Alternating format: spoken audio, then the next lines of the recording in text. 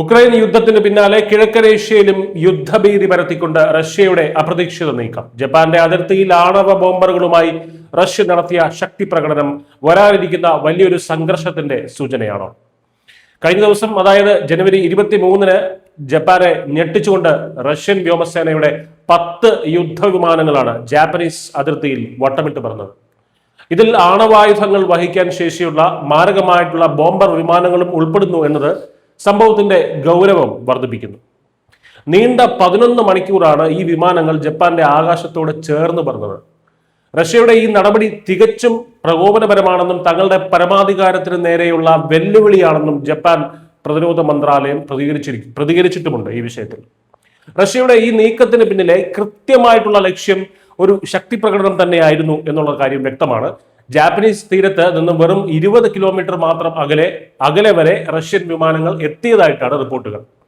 Tu-95MS എന്ന തന്ത്രപ്രധാനമായ bomber വിമാനങ്ങളും അവയ്ക്ക് സുരക്ഷയൊരുക്കാനായി Su-35S, Su-30SM തുടങ്ങിയ അത്യാധുനിക യുദ്ധവിമാനങ്ങളുമാണ് റഷ്യ വിന്യസിച്ചത്.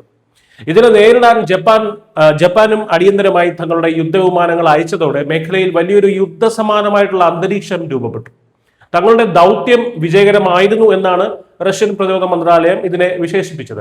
എന്തുകൊണ്ടാണ് റഷ്യ ഇത്തരത്തിൽ പെട്ടെന്ന് ജപ്പാനെതിരെ തിരിഞ്ഞത് എന്നുള്ള കാര്യമാണ് ഇപ്പോൾ എല്ലാവരെയും ആശയക്കുഴപ്പത്തിലാക്കുന്നത്. ഇതിന്റെ പ്രധാന കാരണം കാലങ്ങളായി ഇരു രാജ്യങ്ങളും തമ്മിൽ നിലനിൽക്കുന്ന അതിർത്തി തർക്കം തന്നെയാണ്. ജപ്പാന്റെ വടക്ക് കിഴക്കായും റഷ്യയുടെ തെക്കുമായിട്ടാണ് കുറിൽ ദ്വീപുകൾ സ്ഥിതി ചെയ്യുന്നത്. ഈ ദ്വീപുകളുടെ ഉടമസ്ഥാവകാശത്തെ ചൊല്ലി റഷ്യയും ജപ്പാനും തമ്മിൽ വർഷങ്ങളായി തർക്കമുണ്ട്. ഈ ദ്വീപുകൾ തങ്ങളുടേതാണെന്ന് ജപ്പാൻ അവകാശപ്പെടുമ്പോൾ അത് ബലപ്രയോഗത്തിലൂടെ പിടിച്ചെടുത്തതാണെന്നാണ് റഷ്യയുടെ പദ്ധതി, റഷ്യയുടെ ഒരു വാദം.